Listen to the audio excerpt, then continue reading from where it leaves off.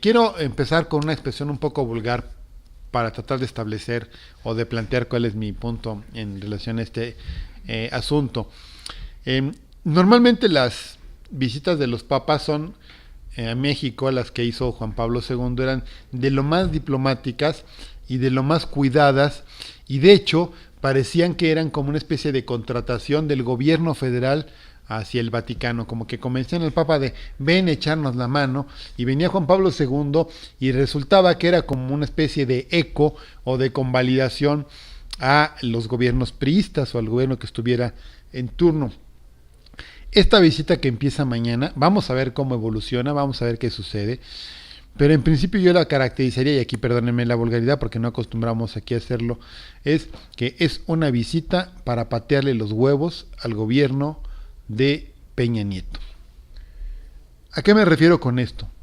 Es una visita, sí, diplomática, como todo lo que hace el Vaticano, pero viene Francisco, el Papa Francisco, viene de visita a los sitios conflictivos, a los sitios difíciles, y no viene ahí solamente por casualidad o porque haya un templo, sino de una manera explícita, dice: vengo a donde está la pobreza, a donde está la gente que tiene dolor, a donde están los olvidados. Y eso de que venga en la Ciudad de México, de pasadita la Basílica de Guadalupe, pero de su misa magna, precisamente en Ecatepec, un lugar acosado por la corrupción, la miseria, el hacinamiento, el descuido del gobierno, la criminalidad creciente en nuestra zona metropolitana. Y el hecho de que termine la visita, pues por Ciudad Juárez, haciendo también presencia donde más duele, por este asunto de los feminicidios y estas cosas, pues nos habla de una visita que no viene a convalidar al gobierno de Peña Nieto, que no viene a hacerle la corte, a complementarlo. No digo que venga a tratar de tirar al gobierno, ni mucho menos, pero vamos a dar algunos comentarios más sobre este asunto. Fíjense ustedes qué cosa curiosa. Cuando viene el anuncio o la amenaza de la visita, el gobierno federal se asusta mucho y luego mandan a sus operadores. Y la primera cosa importante que consiguen es que el Santo Padre, como le llaman los católicos, viene en primer lugar a Palacio Nacional. Eso nunca había pasado. Pero es el precio que tienen que pagar la iglesia para que después ande el Papa haciéndole al activista y yéndose a meter a los lugares más difíciles. No eso de que también va a San Cristóbal de las Casas. ¿Por qué no a cualquier otra comunidad indígena u otro pueblo? Tiene un sentido, y tiene un sentido que tiene que ver con el tipo de grupos religiosos con los que se está asociando o las tendencias con las que se asocia el Papa Francisco. Entonces esta visita nos debe generar, más que muchas críticas que he visto ya muchas en las redes sociales de parte de la izquierda, que no con mi dinero, no con mis impuestos, pues cuidado, porque creo que no viene nada más a convalidar al gobierno priista, creo que viene más bien a sentar algunas posiciones y a tomar distancia y hacer algunas críticas. No esperemos unas críticas como de político o de activista radical, insisto, se trata del Vaticano. Si hay alguien que le sabe a la diplomacia, y diplomacia quiere decir apariencias y hipocresía, pues es el Vaticano. Hay algunos detalles que hay que recordar. El Papa Francisco es jesuita, como son jesuitas los fundadores, administradores y directores de la Ibero. Y si contra alguien está furioso el gobierno de Peña Nieto, es contra los jesuitas y en particular con los de la Ibero. Recuerden que en la Ibero nació el 130 y el movimiento Yo Soy 132, y desde las cúpulas del poder nunca han dejado de culpar al rector de la Ibero y a los jesuitas porque se levantaron un movimiento que puso en grave riesgo la campaña de Peña Nieto. Esto no se lo han perdonado. Pero por otro lado, el Papa Francisco ha estado dándole como coba y cuerda a la izquierda de la iglesia. Por ejemplo, un padre como Solalinde no ha sido llamado a cuentas, no ha sido regañado, no le han puesto un límite de parte del Vaticano, lo han dejado actuar, lo han dejado hacer.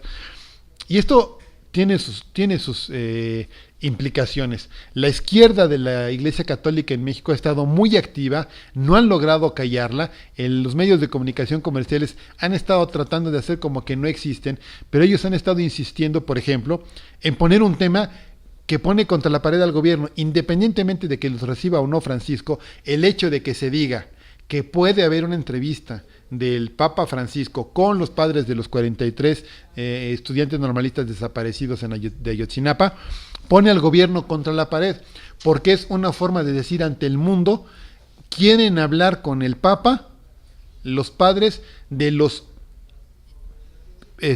muchachos que fueron entregados por fuerzas del Estado, o sea, policías, casi en presencia de soldados, al narcotráfico para que quién sabe qué hicieran con ellos.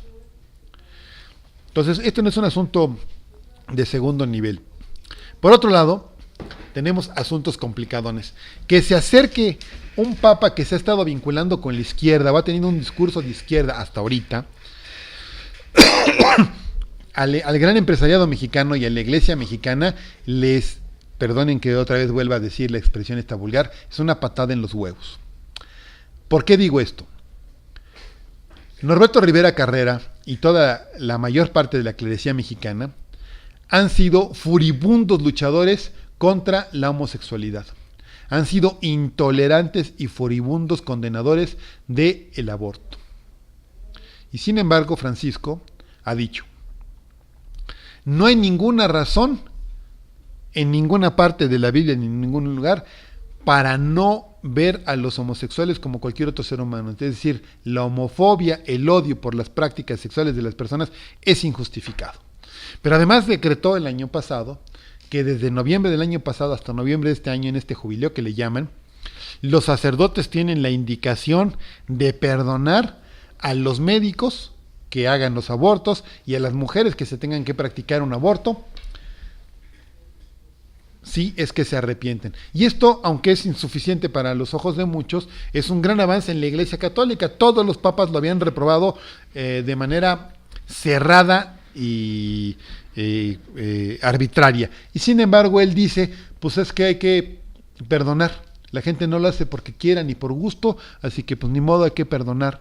Esta es la puerta de entrada a permitir estas cosas, y la tolerancia con la homosexualidad y la tolerancia con el divorcio.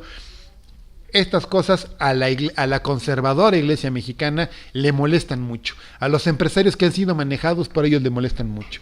Pero también, aparte de los políticos mexicanos, hay que recordar que la derecha mexicana en los años 60, la extrema derecha mexicana en los años 60, se dividió en dos grupos: uno que se quedó en Puebla, como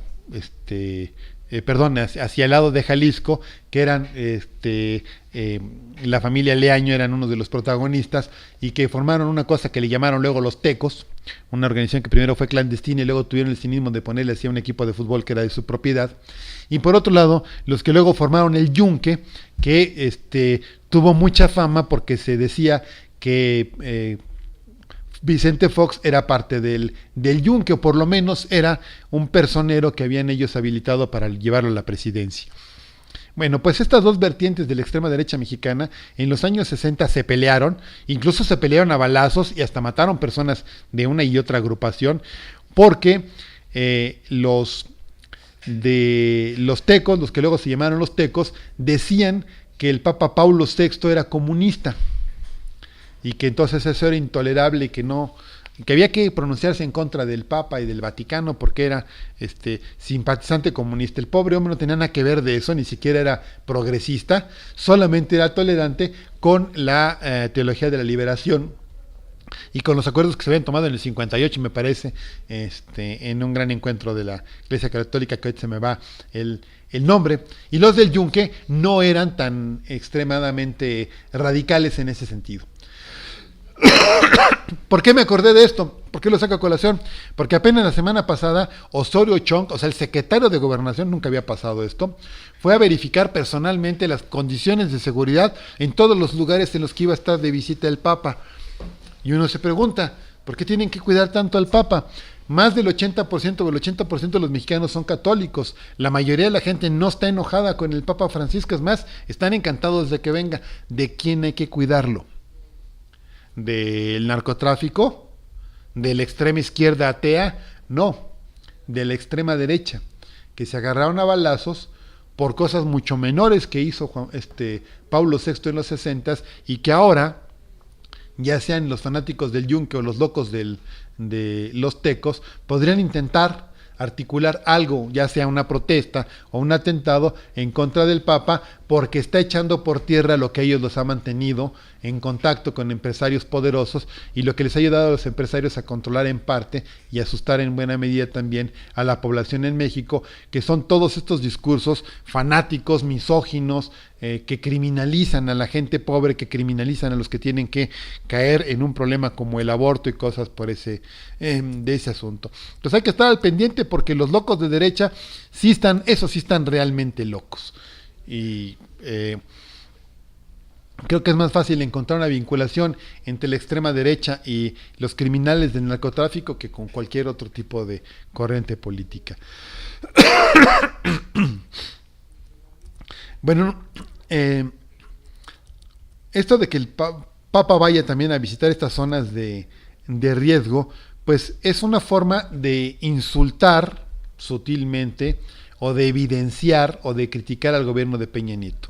Si recordamos las visitas anteriores, todo era muy cuidado, iba a los principales templos, recibía a la gente bonita, había una lista de espera importante que iban los grandes políticos, las artistas, se peleaban por estar en las primeras filas en la basílica y luego había entrevistas que se sabía que eran particulares, incluso tuvimos el deshonor y la desgracia de ver a el que era presidente en ese momento, Fox, hincado besándole la mano a un presidente, a un jefe de gobierno de otro estado como es el Vaticano.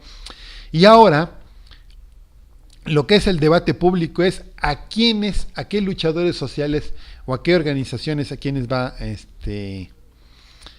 a recibir el Papa.